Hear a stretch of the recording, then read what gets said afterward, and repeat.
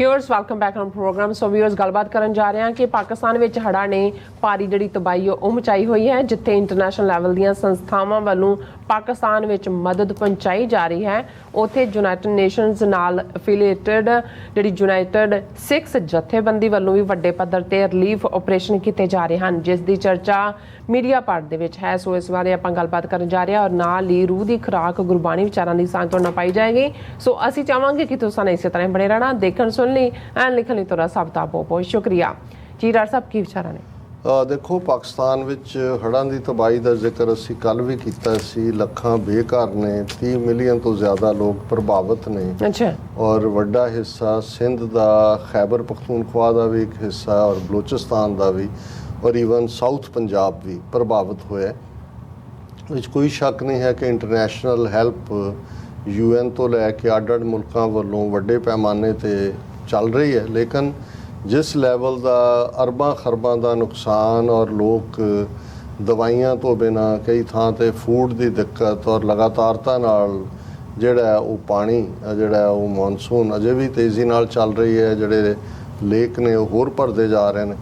और इस पीरियड इस सारे दे विच जिवें जदों पाकिस्तान दे विच अर्थक्वेक आया तो यूनाइटेड सिक्स जथेबंदियां ने अपनी बड़ी थां बनाई सी। उन्होंने कश्मीर, आज़ाद कश्मीर, पख्तूनख्वा, खैबर पख्तूनख्वा और ईवन बालाकोट और उत्थे भी अपने कैंप लाए सी और इंटरनेशनल एप्रीशिएशन हुई सी। इस बार भी और कल ही TV1 दे बाबर रियाज जो उन्होंने जानना चाहा कि भाई की चल रहा है, तो यूनाइटेड सिक्स ऑर्गेनाइजेशन जिन्हां दे आलमोस्ट 18 चैप्टर ने पाकिस्तान च, उन्हां दा इंडिपेंडेंट चैप्टर है जिहड़ा उत्थे हमेशा ही जिहड़ा कोविड के चलदियां भी उन्होंने उत्थे मदद की। जिस वड्डे पैमाने ते उन्होंने अपने लैवल के उत्ते रिलीफ ऑपरेशन उत्ते शुरू किया है, इसका जिक्र घट्टो घट्ट मेरे को 28-29 मीडिया लिंक्स ने इंटरनेशनल मीडिया के जिन्हों ने जिहड़ा यूनाइटेड सिक्स नूं एप्रीशिएट किया। और मैं उहदे चों एक आउटलुक जिहड़ा उसनूं ही चुनिया, उसकी हैडलाइन ही ये है, United six extend relief operations in grief stricken world, कि जिथे दुख होंदा दुनिया यूनाइटेड सिक्स जिहड़ी है उत्थे रिलीफ ऑपरेशन पहुँचाती है।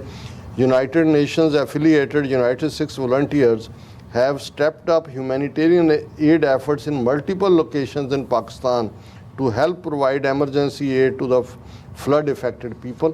और ये पूरी 2-3 सफ़े की स्टोरी है, दर्शक ईवन पिक्चर्स देख सकते हैं। वक्त की तंगी है, मैं सारे तो नहीं जावांगा, लेकिन उहदे च उन्होंने कहा कि United Sikhs volunteers have stepped up humanitarian aid efforts in multiple locations in the country to help provide emergency aid to the flood affected people. United Sikhs distributed food and water among 12,000 families, 12,000 परिवारों तक, including children, women and men in 2 camps in Charsadda district of Khyber Pakhtunkhwa. और पूरी डॉक्टरों की team भी जी है, Sikh doctor सर्व कर रहे हैं कि भाई Charsadda district of Khyber Pakhtunkhwa near 2 lakh people are affected due to flash floods in district Charsadda 70 kilometre from Peshawar. और फिर उन्होंने हरदयाल सिंह होरां दे नाल इंटरव्यू भी दिता है। उन्होंने कहा भी we have received a request to assist 20,000 more families as we responded swiftly to the crisis, deploying teams and resources for emergency relief in the affected areas.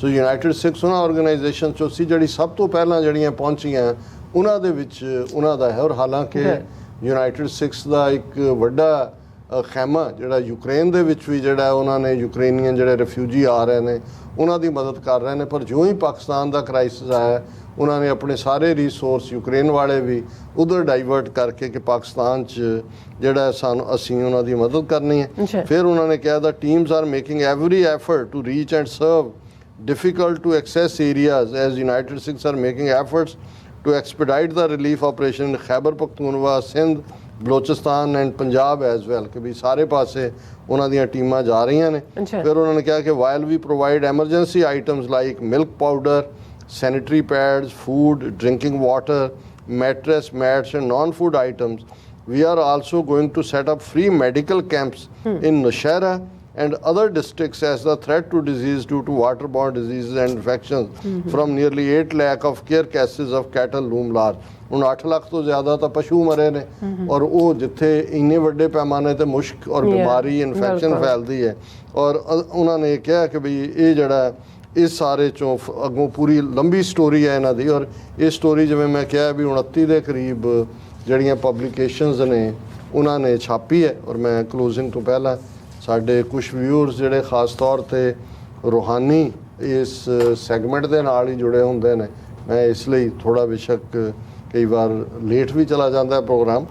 ਔਰ ਸ੍ਰੀ ਰਾਗ ਦੇ ਵਿੱਚ ਗੁਰੂ ਨਾਨਕ ਸਾਹਿਬ ਦਾ ਸ਼ਬਦ ਹੈ, ਸੁਣ ਮਨ ਭੂਲੇ ਬਾਵਰੇ ਗੁਰ ਕੀ ਚਰਣੀ ਲਾਗ, ਹਰ ਜਪ ਨਾਮ ਧਿਆਏ ਤੂੰ ਜਮ ਡਰ ਪੈ ਦੁਖ ਭਾਗ, ਦੁਖ ਘਣੋ ਦੁਹਾਗਣੀ ਕਿਉਂ ਥਿਰ ਰਹਿ ਸੁਹਾਗ, ਭਾਈ ਰੇ ਅਵਰ ਨਾਹੀ ਮੈਂ ਥਾਉ, ਮੈਂ ਧਨ ਨਾਮ ਨਿਧਾਨ ਹੈ ਗੁਰ ਦੀਆ ਬਲ ਜਾਓ। ਰਹਾਓ, ਰਹਾਓ ਦੀ ਤੋਂ ਕੇਂਦਰੀ ਨੁਕਤਾ ਹੈ। ਇਹ ਮੇਰੇ ਵੀਰ, ਇਹ ਮੇਰੇ ਭਰਾ, ਮੇਰੇ ਲਈ ਹੋਰ ਕੋਈ ਥਾਂ ਨਹੀਂ ਹੈ। ਭਾਈ ਰੇ ਅਵਰ ਨਾਹੀ ਮੈਂ ਥਾਉ, ਮੈਂ ਧਨ ਨਾਮ ਨਿਧਾਨ ਹੈ ਗੁਰ ਦੀਆ ਬਲ ਜਾਓ, ਕਿ ਮੈਨੂੰ ਰੱਬ ਨੇ ਨਾਮ ਦਾ ਖਜ਼ਾਨਾ ਬਖਸ਼ਿਆ।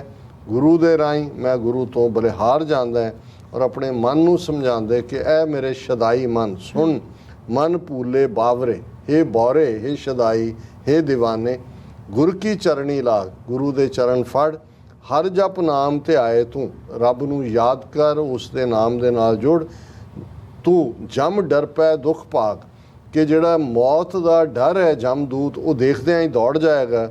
ਜਿਹੜੇ ਰੱਬ ਨਾਲੋਂ ਟੁੱਟੀਆਂ ਹੋਈਆਂ ਰੂਹਾਂ ਨੇ ਦੁਹਾਗਣੀਆਂ, ਦੁੱਖ ਘਣੋ ਦੁਹਾਗਣੀ ਕਿਉਂ ਥਿਰ ਰਹਿ ਸੁਹਾਗ, ਕਿ ਭਾਈ ਜਿਹੜੀਆਂ ਟੁੱਟੀਆਂ ਹੋਈਆਂ ਨੇ ਖਸਮ ਨਾਲੋਂ, ਰੱਬ ਨਾਲੋਂ ਰੂਹਾਂ, ਉਹ ਕਿਵੇਂ ਸੁਖੀ ਰਹਿ ਸਕਦੀਆਂ ਨੇ।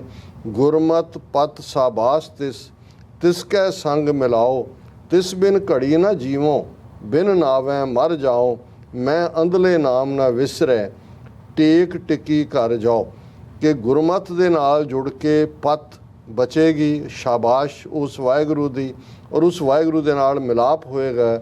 ਉਸ ਤੋਂ ਬਿਨਾਂ ਮੈਂ ਇੱਕ ਘੜੀ ਵੀ ਜੀ ਨਹੀਂ ਸਕਦਾ। ਜੇ ਮੈਨੂੰ ਨਾਮ ਨਾ ਮਿਲੇ ਤਾਂ ਮੈਂ ਮਰ ਜਾਂਦਾ, ਆਖਾਂ ਜੀਵਾਂ ਵਿਸਰੈ ਮਰ ਜਾਉ, ਮੈਂ ਅੰਧਲੇ ਨਾਮ ਨਾ ਵਿਸਰੈ, ਕਿ ਮੈਂ ਭਾਵੇਂ ਅੰਨ੍ਹਾ ਲੇਕਿਨ ਮੈਂ ਇਹੀ ਰੱਬ ਤੋਂ ਮੰਗਦਾ ਕਿ ਮੈਨੂੰ ਰੱਬ ਦਾ ਨਾਮ ਨਾ ਵਿਸਰੈ, ਟੇਕ ਟਿੱਕੀ ਕਰ ਜਾਓ, ਕਿਉਂਕਿ ਮੈਂ ਉਸ ਦੀ ਟੇਕ ਨਾਲ, ਉਸ ਦੀ ਪ੍ਰੋਟੈਕਸ਼ਨ ਦੇ ਨਾਲ ਹੀ ਜਿਹੜਾ ਇੱਕ ਪੱਤ ਸੇਤੀ ਘਰ ਜਾਓ, ਦਰਗਾਹ ਦੇ ਵਿੱਚ ਮੈਂ ਪੱਤ ਨਾਲ ਜਾ ਸਕਾਂਗਾ। ਗੁਰੂ ਜਿਨ੍ਹਾਂ ਕਾ ਅੰਧਲਾ ਚੇਲੇ ਨਾਹੀਂ ਠਾਓ, ਬਿਨ ਸਤਿਗੁਰ ਨਾਉ ਨਾ ਪਾਈਐ, ਬਿਨ ਨਾਵੈ ਕਿਆ ਸੁਆਓ, ਆਏ ਗਿਆ ਪਛਤਾਵਣਾ ਜਿਉਂ ਸੁੰਝਿਆ ਘਰ ਕਾਓ। ਕਿ ਜਿਨ੍ਹਾਂ ਦੇ ਪੰਜਾਬੀ 'ਚ ਕਹਿੰਦੇ ਨੇ ਗੁਰੂ ਜਿਨ੍ਹਾਂ ਦੇ ਉੱਡਣੇ ਚੇਲੇ ਜਾਨ ਛੜਪ, ਬਿਲਕੁਲ, ਕਿ ਗੁਰੂ ਜਿਨ੍ਹਾਂ ਕਾ ਅੰਧਲਾ, ਕਿ ਜਿਨ੍ਹਾਂ ਦਾ ਗੁਰੂ ਹੀ ਅੰਨ੍ਹਾ ਹੈ, ਜਿਹੜੇ ਤੁਰੇ ਹੋਏ ਨੇ ਕੋਈ ਸਾਧਾਂ ਦੇ ਮਗਰ, ਬਾਬਿਆਂ ਦੇ ਮਗਰ, ਇਹ ਗੁਰੂ ਡੰਮ ਦੇ ਮਗਰ, ਅੰਨਿਆਂ ਦੇ ਮਗਰ, ਇਹਨਾਂ ਚੇਲਿਆਂ ਦਾ ਕੀ ਬਣਨਾ ਹੈ। ਉਹਨਾਂ ਚੇਲਿਆਂ ਨੂੰ ਕਿਤੇ ਢੋਈ ਨਹੀਂ ਮਿਲਣੀ ਹੈ, ਕਿਉਂਕਿ ਸੱਚੇ ਸਤਿਗੁਰੂ ਤੋਂ ਬਿਨਾਂ ਨਾਮ ਦੀ ਪ੍ਰਾਪਤੀ ਨਹੀਂ ਹੁੰਦੀ। ਤਾਂ ਉਸ ਵਾਹਿਗੁਰੂ ਤੋਂ ਬਿਨਾਂ ਹੋਰ ਕਿੱਥੇ ਜਿਹੜਾ ਠਿਕਾਣਾ ਬਣੇਗਾ, ਕਿੱਥੇ ਠਹਿਰਾਓ ਮਿਲੇਗਾ। ਔਰ ਇਹ ਜੇ ਅਸੀਂ ਉਸ ਸੱਚ ਦੇ ਨਾਲ, ਰੱਬ ਨਾਲ ਨਹੀਂ ਜੁੜਦੇ ਤਾਂ ਫਿਰ ਇਵੇਂ ਹੀ ਹੋਏਗਾ। ਜਦੋਂ ਤੁਸੀਂ ਫੇਕ ਬਾਬਿਆਂ ਗੁਰੂਆਂ ਦੇ ਮਗਰ ਲੱਗਦੇ ਹੋ, ਆਏ ਗਿਆ ਪਛਤਾਵਣਾ, ਫਿਰ ਤੁਹਾਨੂੰ ਆਵਾ ਗਾਉਣ ਦਾ ਚੱਕਰ 'ਚ ਰਹੇਗਾ। ਤੇ ਇਵੇਂ ਹੀ ਹੋਏਗਾ ਕਿ ਜਿਹੜੇ ਖਾਲੀ ਘਰ ਦੇ ਵਿੱਚ ਕਾਂ ਗੇੜਾ ਮਾਰਦਾ ਰਹੇ, ਕਾਂ ਕਾਂ ਕਰਦਾ ਰਹੇ, ਮਿਲਣਾ ਤਾਂ ਕੁਛ ਨਹੀਂ ਹੈ। ਘਰ ਵਸਦਾ ਹੋਏਗਾ, ਕੋਈ ਰੋਟੀ ਟੁੱਕ ਹੋਏਗਾ ਜਿਹੜਾ ਕਾਂ ਨੂੰ ਮਿਲਦਾ ਉਹਨਾਂ ਨੇ। ਔਰ ਇਹ ਉਹਨਾਂ ਨੇ ਜੋ ਸੁੰਝਿਆ ਘਰ ਕਾਉ, ਜਿਵੇਂ ਇੱਕ ਖਾਲੀ ਘਰ ਦੇ ਵਿੱਚ ਕਾਂ ਗੇੜਾ ਦੇ ਰਿਹਾ, ਇਹੀ ਹਾਲ ਤੁਹਾਡਾ ਹੋਏਗਾ ਇਹਨਾਂ ਜਿਹੜੇ ਫਰਜ਼ੀ ਜੇ ਕਿਸਮ ਦੇ ਲੋਕਾਂ ਦੇ ਮਗਰ ਲੱਗਣ ਵਾਲਿਆਂ ਦਾ। ਬਿਨ ਨਾਮੈ ਦੁੱਖ ਦਿਓਹਰੀ ਜਿਉਂ ਕਲਰ ਕੀ ਭੀਤ, ਤਬ ਲਗ ਮੈਲ ਨਾ ਪਾਈ ਹੈ, ਜਬ ਲਗ ਸਾਚ ਨਾ ਚੀਤ, ਸ਼ਬਦ ਰੱਪੈ ਘਰ ਪਾਈ ਹੈ, ਨਿਰਬਾਣੀ ਪਦ ਨੀਤ।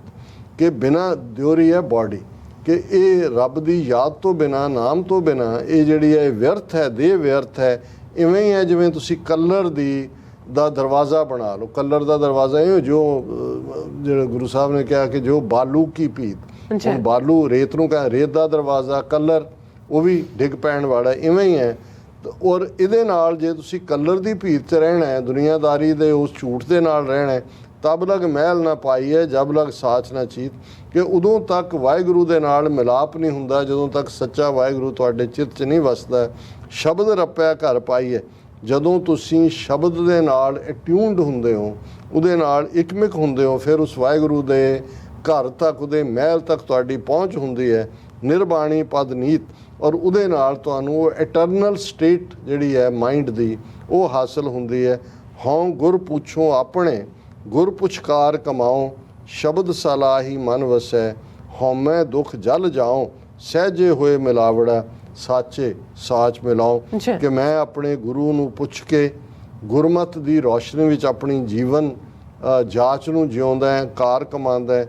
ਮੈਂ ਉਸ ਵਾਹਿਗੁਰੂ ਦੇ ਸ਼ਬਦ ਦੀ ਸਲਾਹਤਾ ਕਰਦਿਆਂ ਉਹ ਮੇਰਾ ਮਨ ਦੇ ਅੰਦਰ ਵਾਹਿਗੁਰੂ ਵਸਦਾ ਹੈ, ਔਰ ਇਸ ਤਰ੍ਹਾਂ ਹੀ ਮੇਰੇ ਅੰਦਰੋਂ ਹਉਮੈ ਦਾ ਦੁੱਖ ਜਿਹੜਾ ਹੈ ਉਹ ਸੜੇਗਾ, ਉਹ ਜਾਏਗਾ, ਔਰ ਸਹਿਜ ਦੇ ਵਿੱਚ ਸਹਿਜੇ ਹੋਏ ਮਿਲਾਵੜਾ, ਸਾਚੇ ਸਾਚ ਮਿਲਾਓ। ਅਸੀਂ ਉਸ ਵਾਹਿਗੁਰੂ ਦੇ ਨਾਲ, ਸੱਚੇ ਦੇ ਨਾਲ ਸਹਿਜ ਦੇ ਵਿੱਚ ਮਿਲ ਕੇ ਜਿਹੜਾ ਆਪਣਾ ਜੀਵਨ ਸਫਲ ਕਰ ਸਕਦੇ ਹਾਂ। ਸ਼ਬਦ ਰਤੇ ਸੇ ਨਿਰਮਲੇ, ਤਜ ਕਾਮ ਕ੍ਰੋਧ ਅਹੰਕਾਰ, ਨਾਮ ਸਲਾਹਣ ਸਦ ਸਦਾ, ਹਰ ਰਾਖੈ ਉਰਤਾਰ, ਸੋ ਕਿਉ ਮਨੋ ਵਿਸਾਰੀ ਹੈ, ਸਭ ਜੀਆਂ ਕਾ ਆਧਾਰ। ਕਿ ਜਿਹੜੇ ਉਸ ਸ਼ਬਦ ਦੇ ਨਾਲ ਜੁੜੇ ਹੋਏ ਨੇ ਉਹ ਨਿਰਮਲੇ ਨੇ, ਉਹਨਾਂ ਦੇ ਅੰਦਰੋਂ ਕਾਮ ਕ੍ਰੋਧ ਹੰਕਾਰ ਖਤਮ ਹੁੰਦਾ ਹੈ। ਉਹ ਸਦਾ ਹੀ ਉਸ ਵਾਹਿਗੁਰੂ ਦੀ ਸਲਾਹਤਾ ਕਰਦੇ ਨੇ, ਉਸ ਵਾਹਿਗੁਰੂ ਨੂੰ ਆਪਣੇ ਦਿਲ ਦੇ ਵਿੱਚ ਰੱਖਦੇ ਨੇ। ਉਹਨੂੰ ਵਾਹਿਗੁਰੂ ਨੂੰ ਕਿਵੇਂ ਸੋ ਕਿਉਂ ਮਨੋ ਵਿਸਾਰੀ ਹੈ, ਸਭ ਜੀਆਂ ਕਾ ਆਧਾਰ। ਜਿਹੜਾ ਸਾਰੀ ਕਾਇਨਾਤ ਨੂੰ, ਸ੍ਰਿਸ਼ਟੀ ਨੂੰ ਆਧਾਰ ਦੇਣ ਵਾਲਾ ਵਾਹਿਗੁਰੂ ਹੈ, ਉਹਨੂੰ ਅਸੀਂ ਕਿਵੇਂ ਵਿਸਾਰੀਏ। ਬਿਨ ਸ਼ਬਦੈ ਜਗ ਭੂਲਾ ਫਿਰੇ, ਮਰ ਜਨਮੈ ਵਾਰੋ ਵਾਰ, ਸਭ ਸਲਾਹੇ ਆਪ ਕੋ ਵੱਡੋ, ਔਰ ਸ਼ਬਦ ਮਰੇ ਸੋ, ਹਾਂ ਸ਼ਬਦ ਮਰੈ ਸੋ ਮਰ ਰਹੇ, ਫਿਰ ਮਰੈ ਨਾ ਦੂਜੀ ਵਾਰ, ਸ਼ਬਦੈ ਹੀ ਤੇ ਪਾਈ ਹੈ, ਹਰ ਨਾਮੇ ਲੱਗੇ ਪਿਆਰ। ਬਿਨ ਸ਼ਬਦੈ ਜਗ ਭੂਲਾ ਫਿਰੇ, ਮਰ ਜਨਮੈ ਵਾਰੋ ਵਾਰ। ਸ਼ਬਦ ਮਰੈ ਸੋ ਮਰ, ਜਿਹੜੇ ਇਹ ਸ਼ਬਦ ਮਰਨਾ ਕਿ ਕਬੀਰ ਸਤਿਗੁਰ ਸੂਰਮੇ, ਵਾਇਆ ਬਾਣ ਜੋ ਇੱਕ, ਲਾਗਤ ਹੀ ਪੋਏ ਗਿਰ ਪਰਿਆ, ਪਰਾ ਕਲੇਜੇ ਛੇਕ। ਕਿ ਜਿਨ੍ਹਾਂ ਦੇ ਅੰਦਰ ਵਿੰਨੇ ਗਏ ਨੇ ਅਕਾਲ ਪੁਰਖ ਦੇ ਉਸ ਯਾਦ ਦੇ, ਉਸ ਸ਼ਬਦ ਦੇ ਨਾਲ, ਉਹ ਜਿਹੜੇ ਨੇ ਉਹਨਾਂ ਨੂੰ ਦੁਬਾਰਾ ਨਹੀਂ ਮੌਤ ਆਉਂਦੀ, ਔਰ ਉਹ ਆਤਮਿਕ ਤੌਰ 'ਤੇ ਜੋ ਉੱਠਦੇ ਨੇ ਉਸ ਸ਼ਬਦ ਦੇ ਨਾਲ ਜੁੜ ਕੇ ਹੀ ਹਰ ਨਾਮੇ ਲੱਗਿਆ ਪਿਆਰ, ਵਾਹਿਗੁਰੂ ਦੇ ਨਾਲ ਪਿਆਰ ਲੱਗਦਾ। ਅਤੇ ਜਿਹੜਾ ਸੰਸਾਰ ਗੁਰੂ ਨਾਲੋਂ, ਸ਼ਬਦ ਨਾਲ ਨੂੰ ਟੁੱਟਿਆ ਭੁੱਲਿਆ ਹੋਇਆ, ਬਿਨ ਸ਼ਬਦੇ ਜਗ ਭੂਲਾ ਫਿਰੈ, ਮਰ ਜਨਮੈ ਵਾਰੋ, ਉਹ ਬਾਰ-ਬਾਰ ਜਨਮ ਮਰਨ ਦੇ ਚੱਕਰ 'ਚ ਆ ਜਾਂਦੇ ਨੇ। ਔਰ ਅਖੀਰਲਾ ਪਦਾ, ਕਿਉਂਕਿ ਅਸ਼ਟਪਦੀਆਂ ਦੇ ਸ਼ਬਦ ਨੇ, ਲੰਬੇ ਨੇ, 8ਵਾਂ ਪਦ ਹੈ, ਸਭ ਸਲਾਹੇ ਆਪ ਕੋ, ਵੱਡੋ ਵਡੇਰੀ ਹੋਏ, ਗੁਰ ਬਿਨ ਆਪ ਨਾ ਚੀਨੀ ਹੈ, ਕਹੇ ਸੁਣੇ ਕਿਆ ਹੋਏ, ਨਾਨਕ ਸ਼ਬਦ ਪਛਾਣੀਏ, ਹਉਮੈ ਕਰੈ ਨਾ ਕੋਏ। ਕਿ ਭਾਈ ਸਾਰੇ ਆਪੋ ਆਪਣੀ ਜਿਹੜਿਆਂ ਨੂੰ ਗੁਰੂ ਦਾ ਸਹਾਰਾ, ਗੁਰੂ ਦਾ ਆਸਰਾ ਨਹੀਂ ਹੈ, ਉਹ ਆਪਣੇ ਆਪ ਦੀ ਸਲਾਹਨਾ ਦੇ ਵਿੱਚ ਹੀ ਜੁਟ ਜਾਂਦੇ ਨੇ, ਔਰ ਵਾਹਿਗੁਰੂ ਨੂੰ ਯਾਦ ਕਰਨ ਦੇ ਲਈ ਗੁਰਬਿਨ ਆਪ ਨਾ, ਜਿਹੜੇ ਗੁਰੂ ਨਾਲ ਲੱਗਦੇ ਨੇ, ਫਿਰ ਉਹਨਾਂ ਨੂੰ ਆਪਾਂ ਹਉਮੈ ਵਡਿਆਈ ਦੀ ਭੁੱਖ ਨਹੀਂ ਹੁੰਦੀ। ਉਹ ਗੁਰੂ ਦੀ ਸਿਫਤ ਸਲਾਹ, ਗੁਰੂ ਸਿੱਖਾਂ ਕੈ ਮਨ ਭਾਵਦੀ, ਗੁਰੂ ਸਤਿਗੁਰ ਕੀ ਵਡਿਆਈ, ਉਹਨਾਂ ਨੂੰ ਹੋਰ ਕੋਈ ਵੀ ਗੱਲ ਚੰਗੀ ਨਹੀਂ ਲੱਗਦੀ। ਨਾਨਕ ਸ਼ਬਦ ਪਛਾਣੀਏ, ਹਉਮੈ ਕਰਿਆ ਨਾ ਕੋਏ। ਕਿ ਜਿਨ੍ਹਾਂ ਦੇ ਅੰਦਰ ਫਿਰ ਜਿਨ੍ਹਾਂ ਨੂੰ ਖੁਦਾ ਸ਼ਨਾਸ ਕਿਹਾ ਜਾਂਦਾ ਹੈ, ਕਿ ਵੀ ਜਿਹੜੇ ਇਸ ਰਸਤੇ ਤੁਰੇ ਹੋਏ ਨੇ, ਉਹ ਸ਼ਬਦ ਦੀ ਪਛਾਣ ਕਰਦੇ ਨੇ, ਔਰ ਫਿਰ ਹਉਮੈ ਉਹਨਾਂ ਦੇ ਉੱਤੇ ਹਾਵੀ ਨਹੀਂ ਹੁੰਦੀ। ਹਉਮੈ ਕਰਿਆ ਨਾ ਕੋਏ, ਇਹ ਅੱਜ ਦਾ ਵਿਚਾਰ। ਜੀ ਡਾਕਟਰ ਸਾਹਿਬ, ਤੁਹਾਡਾ ਬਹੁਤ ਬਹੁਤ ਸ਼ੁਕਰੀਆ। ਤੁਸੀਂ ਅੱਜ ਦੇ ਐਮੀ ਸ਼ੋਅ ਤੇ ਅੱਜ ਦਾ ਵਿਚਾਰ ਸਾਡੇ ਦਰਸ਼ਕਾਂ ਨਾਲ ਸਾਂਝਾ ਕੀਤਾ। ਸੋ ਇਸ ਤਰ੍ਹਾਂ ਆਪਣੇ ਵਿਊਅਰਸ ਕੋਲ ਨੇ ਇਜਾਜ਼ਤ। ਵਿਊਅਰਸ, ਸਾਡੇ ਪ੍ਰੋਗਰਾਮ ਦਾ ਸਮਾਂ ਇੱਥੇ ਸਮਾਪਤ ਹੁੰਦਾ ਹੈ। ਤੁਸੀਂ ਆਪਣੀ ਰਾਏ ਤੇ ਸੁਝਾਅ ਸਾਨੂੰ ਭੇਜਣਾ ਭੁੱਲਣਾ। ਸਾਡੇ ਇਸ ਪਤੇ ਤੇ SOS@tv84.tv ਤੇ ਅਸੀਂ ਆਪਣਾ ਪ੍ਰੋਗਰਾਮ ਲੈ ਕੇ ਫਿਰ ਦੁਬਾਰਾ ਤੁਹਾਡੇ ਰੂਬਰੂ ਹੋਵਾਂਗੇ। ਤਦ ਤੱਕ ਲਈ ਮੈਨੂੰ ਤੇ ਆਪਣਾ ਸੁਣਾ ਗਿਆ ਦੋ ਦੇਖਦੇ ਰਹੋ TV84। ਬੁਲਾ ਦਿਓ ਫਤਿਹ। ਵਾਹਿਗੁਰੂ ਜੀ ਕਾ ਖਾਲਸਾ, ਵਾਹਿਗੁਰੂ ਜੀ ਕੀ ਫਤਿਹ। ਰੱਬ ਰਾਖਾ।